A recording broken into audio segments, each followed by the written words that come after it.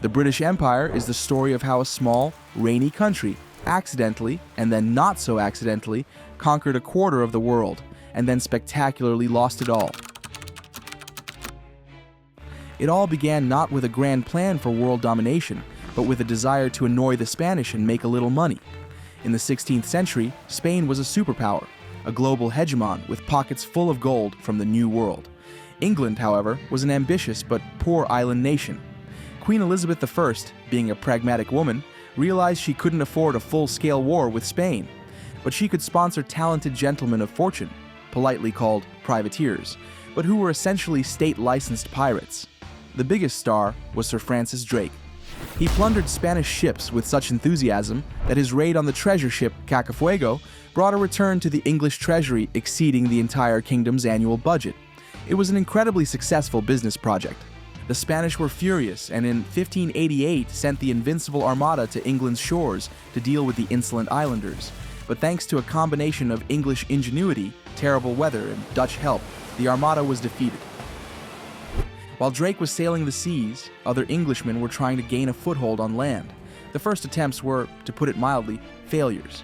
But in 1607 they finally managed to found Jamestown in Virginia. The settlers were dying of hunger and disease until they found their gold mine. And it wasn't gold, but tobacco. Europeans got hooked on it instantly, creating a huge and stable market. Soon, sugar was added to tobacco, which began to be grown on Caribbean islands like Barbados and Jamaica. Tobacco and sugar turned out to be ideal imperial commodities. They were addictive and required a huge amount of cheap labor. At first, they used the labor of white indentured servants, but there were few of them, and they demanded rights. The solution was found quickly, and it was monstrous. In 1619, the first African slaves were brought to Virginia. This was the beginning of the transatlantic slave trade, which formed the basis of the so-called triangular trade. The scheme was simple and devilishly profitable. Weapons and manufactured goods were transported from Britain to Africa, where they were exchanged for people. These people were transported in inhumane conditions across the Atlantic to America and the Caribbean, where their labor on plantations produced sugar, tobacco, and cotton, which were then shipped to Britain, bringing fabulous profits. The entire economy of the First British Empire ran on this cycle, where the dependence of some people on sweets and tobacco was paid for by the slavery of others. The 7 Years' War from 1756 to 1763 was essentially World War I, a global conflict between Britain and France fought in Europe, North America, and India. The British won a crushing victory. They kicked the French out of Canada and gained control over vast territories in North America. In India, the genius and adventurer Robert Clive, at the Battle of Plassey in 1757, defeated the forces of the Nawab of Bengal, turning the East India Company from a trading firm into the de facto ruler of India's richest province. It seemed like a total triumph. But victory had a price. The war cost the treasury a colossal sum, doubling Britain's national debt. And someone had to pay for it. London politicians looked at the map and decided that the American colonists, who had just been defended from the French, could very well help pay the bills. This moment was the beginning of the end of the First British Empire. The victory in the 7 Years' War created a paradoxical situation. As long as the French threat existed, the American colonists needed the protection of the British Army. But as soon as the French were driven out of Canada, that need disappeared.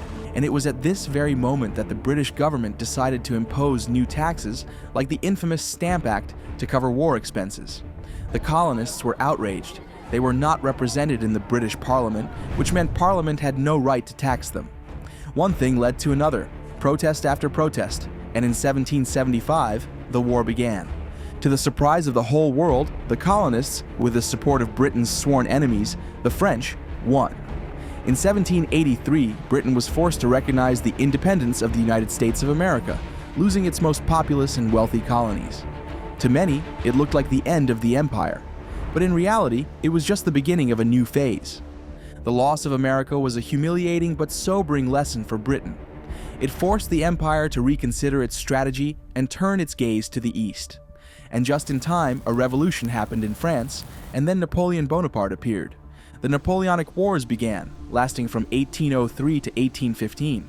While Napoleon was redrawing the map of Europe on land, Britain was doing what it did best, dominating the sea. In 1805, at the Battle of Trafalgar, Admiral Nelson destroyed the combined Franco-Spanish fleet, ensuring Britain's complete and unconditional supremacy on the world's oceans for the next 100 years. While all the European powers were busy with Napoleon, the Royal Navy acted as a global raider, seizing strategically important colonies from France and its allies, such as the Cape Colony in South Africa and Ceylon. At the same time, the East India Company in India, fearing no French interference, was rapidly expanding its possessions. It was during this period, in 1807, that Britain, strangely enough, banned the slave trade, striking a blow at the old model of empire, but morally strengthening its position on the world stage. Napoleon, without intending to, created the perfect conditions for the birth of a second, even more powerful British Empire. After Napoleon came the so-called Imperial Century. Britain became the world's only superpower. This was facilitated by the Industrial Revolution, which turned the country into the workshop of the world. British factories produced goods so cheaply and in such quantities that they could flood any market. But to work, these factories needed two things: raw materials and markets. The empire provided both. Cotton was brought from India and Egypt, wool from Australia, rubber from Malaya, and then the finished fabrics and goods were sold back to the populations of these same colonies, with local production often being purposefully destroyed to avoid competition. This entire global market was protected by the Royal Navy, ensuring a period of relative peace known as Pax Britannica, or British peace. Of course, this peace was primarily beneficial to Britain itself, which imposed its advantageous rules of free trade on everyone. The symbol of this era of confidence and prosperity was Queen Victoria, whose long reign from 1837 to 1901 gave its name to an entire epoch. The empire turned into a gigantic closed system. Industry provided the technology for conquest, and the colonies provided the resources and markets for industry. The center of the new empire became Asia. And if India was the jewel in the crown, relations with China were different. China was a self-sufficient empire and did not want to buy British goods. But the British found a product that the Chinese did need: opium, produced in India. When the Chinese government tried to ban this drug trade, Britain responded with war. The first Opium War from 1839 to 1842 was a cynical and brutal campaign, essentially a war for the right to be a drug dealer to an entire nation. China was defeated and forced not only to open its ports to trade, but also to cede the island of Hong Kong to Britain. Meanwhile, an explosion was brewing in India. In 1857, a large-scale Sepoy mutiny broke out, involving Indian soldiers in the service of the East India Company. The rebellion was suppressed with incredible cruelty. It showed that the rule of a commercial company no longer worked. As a result, the East India Company was liquidated, and India came under the direct rule of the British Crown. The era of the British Raj began. It was then that the idea of empire changed. Now it was not just a pursuit of profit, but a civilizing mission, the white man's burden, to bring the light of enlightenment to backward peoples. At the turn of the 19th and 20th centuries, the empire faced an unexpected challenge in South Africa. The Boers lived there, descendants of Dutch colonists who had founded two independent republics. The problem was that the world's largest deposits of gold and diamonds were found on their land. Britain, of course, could not pass up such wealth. The Second Boer War, which began in 1899, was supposed to be an easy stroll for the mighty imperial army. But the Boers, excellent marksmen and horsemen, offered fierce resistance using guerrilla tactics.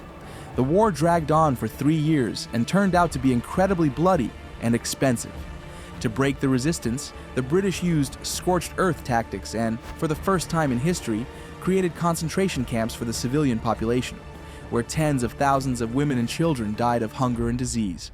Britain won, but this victory cost it dearly. This was the first warning bell. The 20th century began for the empire with a sense of foreboding, and then it dealt two devastating blows. The First Million War, despite a formal victory, bled Britain dry. Millions of people were killed, and the economy was in ruins.